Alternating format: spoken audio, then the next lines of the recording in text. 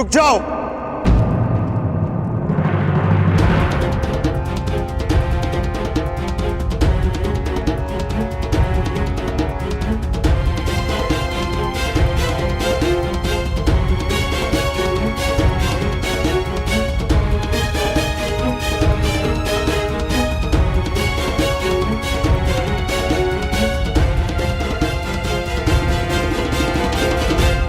अंगराज, अंग हस्तिनापुर के अधीन है और हस्तिनापुर के युवराज होने के नाते मैं आपको आदेश देता हूं कि आप बाण नहीं चलाएंगे।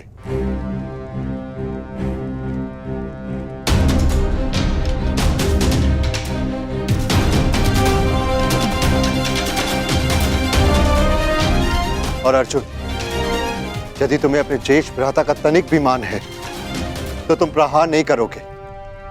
परंतु क्यों भ्राताश्री? क्योंकि हस्तिनापुर यदि हाथ है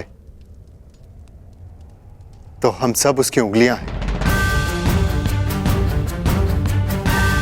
और एक ही हाथ की उंगलियां एक दूसरे को नहीं मारती।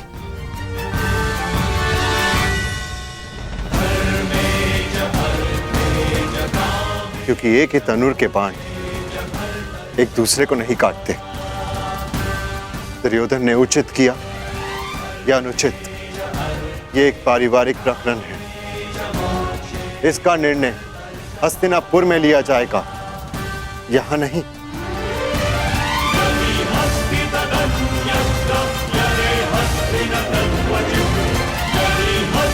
यदि यहां हस्तिनापुर के कुमारों के मध्य संघर्ष हुआ तो हस्तिनापुर उपहास का पात्र बन जाएगा। परंतु यह युद्ध मेरे और कर्ण के मध्य है।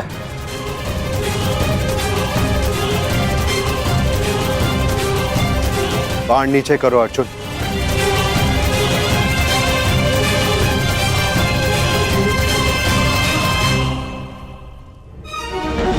अंगराज,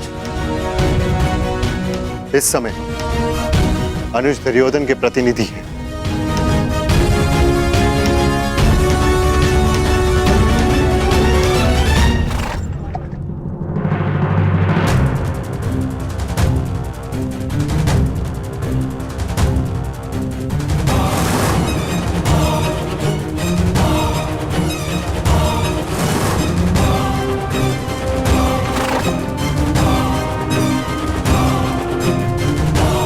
दुर्योधन,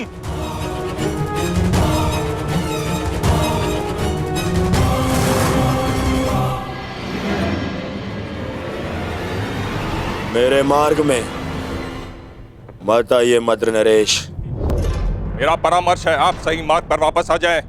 हस्तिनापुर कुमार, राजकुमारी भानुमति को छोड़ दो या फिर अपनी धृष्टता का परिणाम भुगतने के लिए तैयार हो जाइए।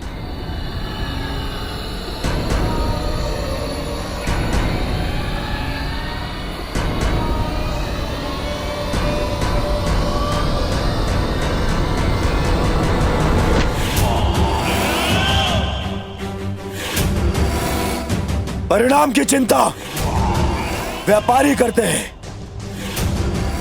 दुर्योधन केवल युद्ध करता है। तो फिर किससे युद्ध करना चाहते हो? चुन लो।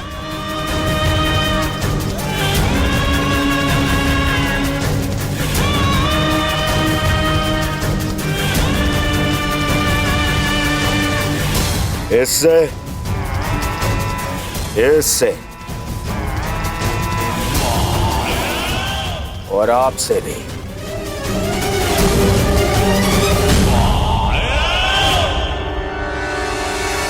युवराज युधिष्ठिर, यदि कोई और दिन होता तो आपके इस तर्क की काट अवश्य प्रस्तुत करता, परंतु आज मेरे मित्र को मेरी सहायता की आवश्यकता है।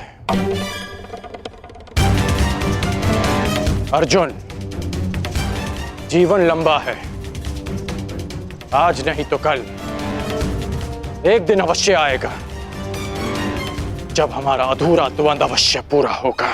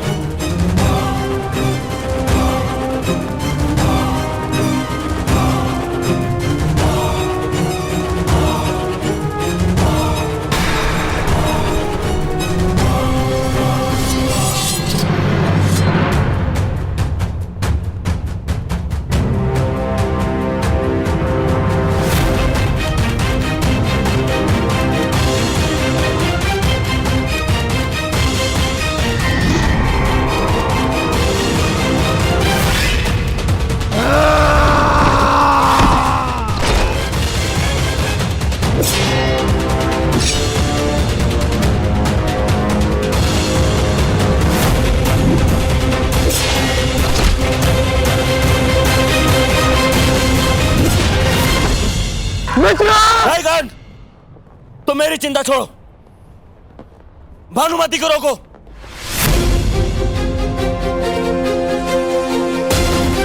कौन? रोको उन्हें।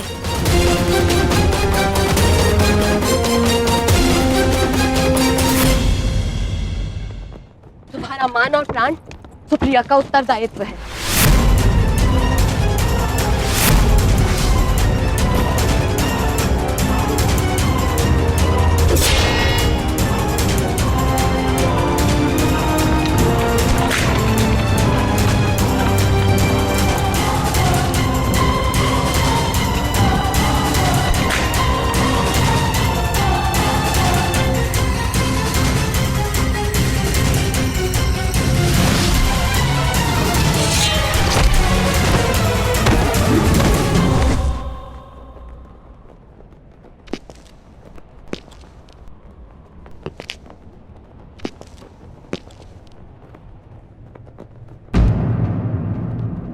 क्या हुआ दुर्योधन?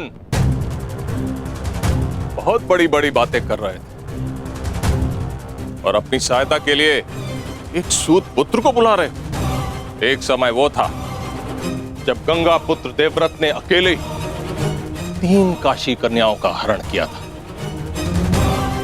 और आज 3 पीढ़ी पश्चात परिस्थिति ये है कि हस्तिनापुर के महाराज कुमार अपनी सहायता के लिए एक सूत पुत्र को बुला रहे हैं। मद्र नरेश! अरे दुर्योधन, क्या हुआ? क्रोध आ गया? आक्रमण करोगे तो करो, मैं प्रस्तुत हूं। सावधान!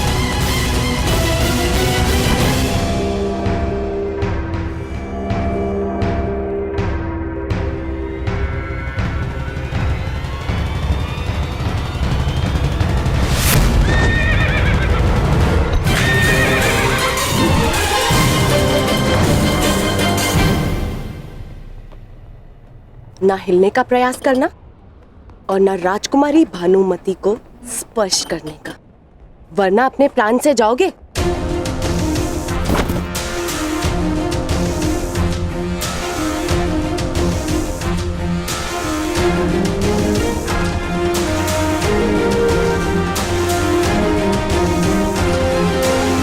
तो तुम द्वंद्व करना चाहती हो तो आओ, आगे बढ़ो।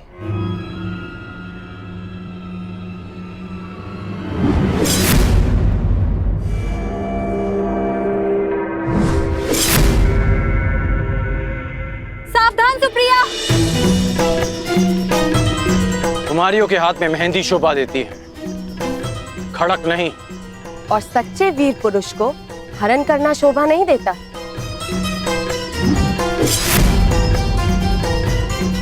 जितनी तीव्रता तुम्हारी जीभ में है, उतनी तीव्रता तुम्हारे प्रहार में नहीं कुमारी। रुक जा। जो रुक गया वो विजय कैसे प्राप्त करेगा?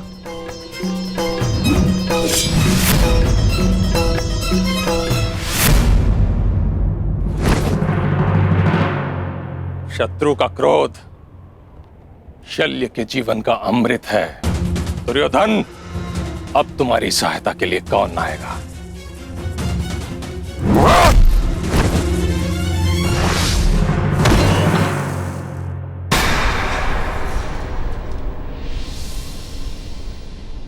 बस हुआ, खेल समाप्त।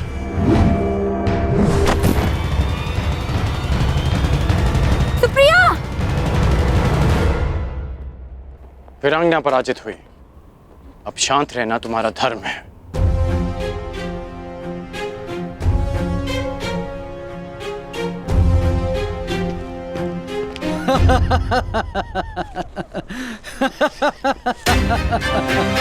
बस करो हस्तिनापुर युवराज, क्यों कौरव वंश को लज्जा रहे हो? अपनी गदा उठाने के लायक तो हो नहीं, भानुमति को कैसे ले जाओगे?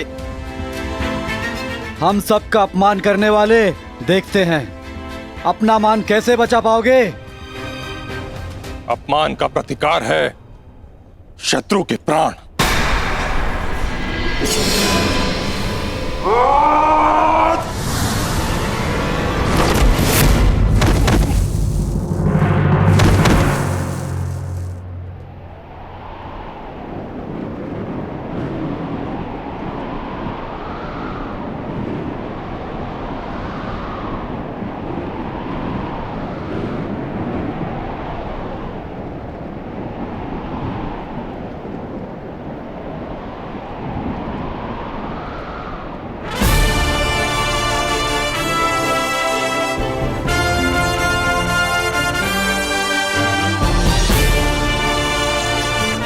कर्ण,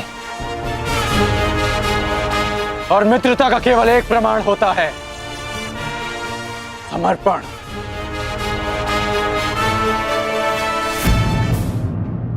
एक मित्र के लिए सबको शत्रु बना लेना मूर्खता है युवराज।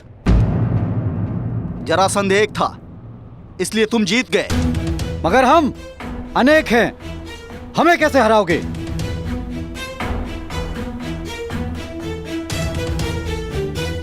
राधे का केवल एक लक्ष्य है, परिवर्तन।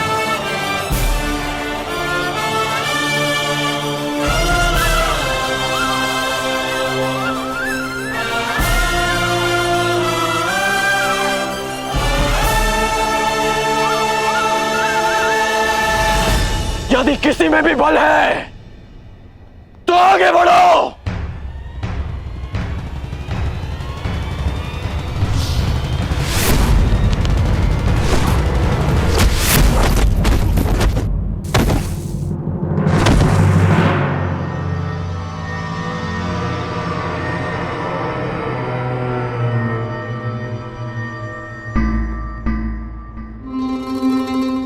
आनंद आएगा।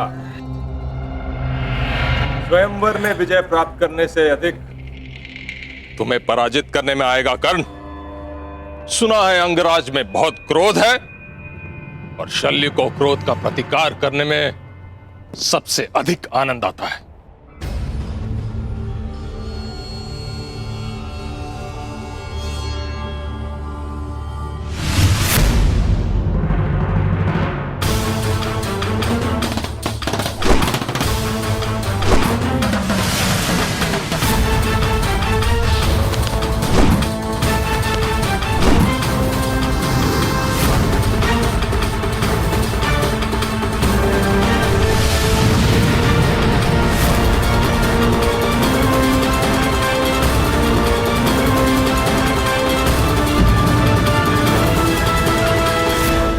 जितने कठोर तुम्हारे बाण हैं कर्ण, उतना ही कठोर तुम्हारा हठ भी है। कहा था अर्जुन ने कि स्वयं को सिद्ध करने की लालसा तुम में बचपन से थी। इस हठ की ज्वाला को तुम्हारे भाई शोन की चिता की अग्नि भी शांत नहीं कर पाई।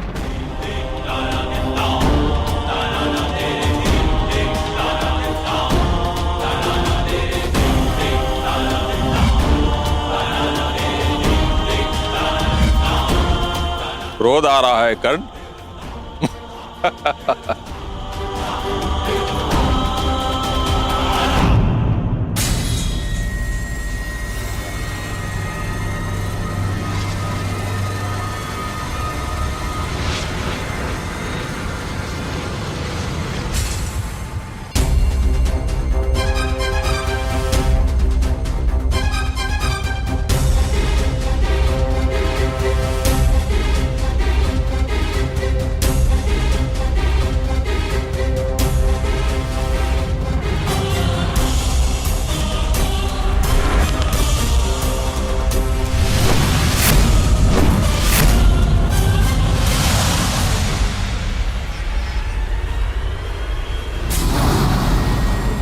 के बाण इतने उग्र कैसे हो उठे?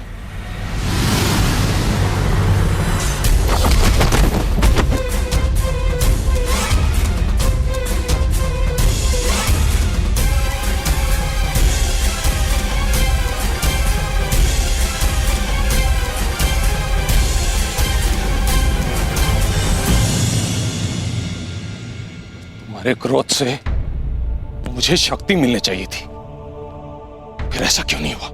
क्योंकि भले ही शत्रु द्वारा किया गया क्रोध आपका सबसे बड़ा शस्त्र है, परंतु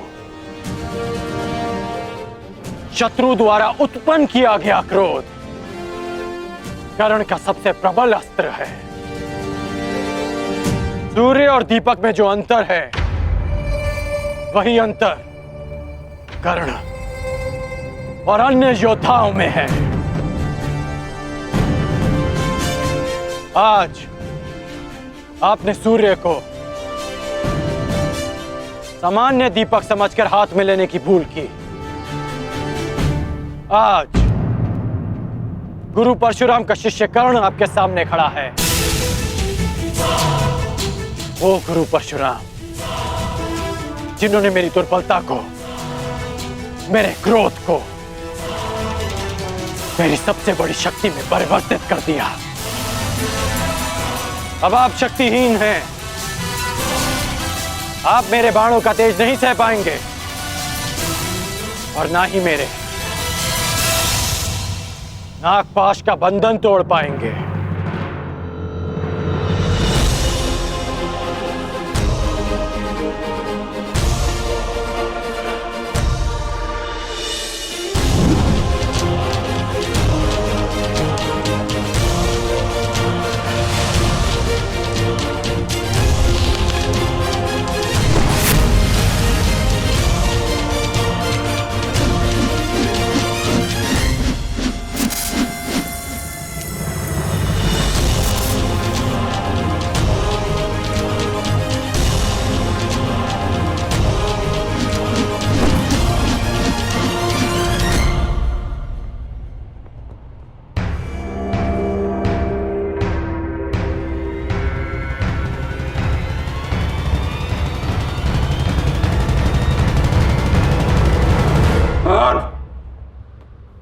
मुझे बंधन में मत बांधो कर्ण, हमारा वध कर दो, नहीं तो शल्य को कभी शांति नहीं मिलेगी। जैसे सूर्य को राहु के ग्रहण से सदा भय रहता है, अगर हम जीवित बच गए हम राहु की तरह तुम्हारी कुंडली पर छा जाएंगे कर्ण, सदा सदा के लिए तुम्हें ग्रास जाएंगे। हमें मुक्त करो कर्ण। राधे चुनौती समाप्त करता है, चुनौती देने वालों को नहीं। आपकी चुनौती समाप्त हुई, इसलिए अब यह युद्ध भी समाप्त हुआ।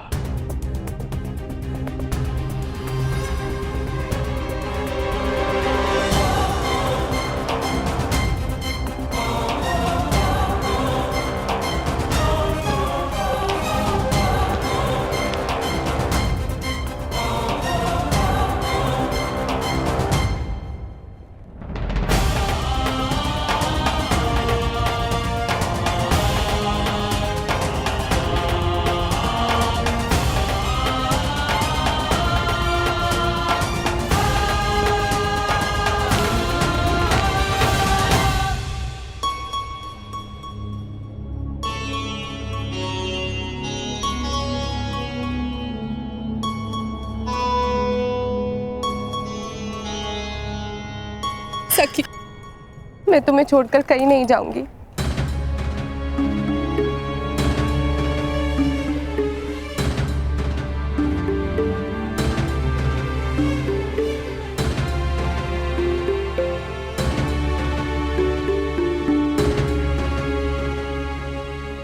मेरा अनुमान सही सिद्ध हुआ मित्र। मैंने तुम्हें यहाँ लाकर कोई भूल नहीं की।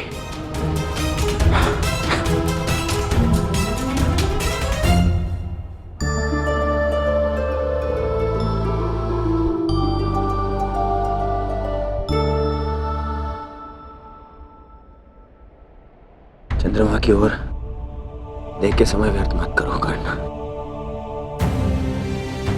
तुम्हें अभी एक और वचन को पूर्ण करना है। पूर्णिमा के पूर्ण होने से पूर्व हमें अंग प्रदेश पहुंचना है। चलो मित्र।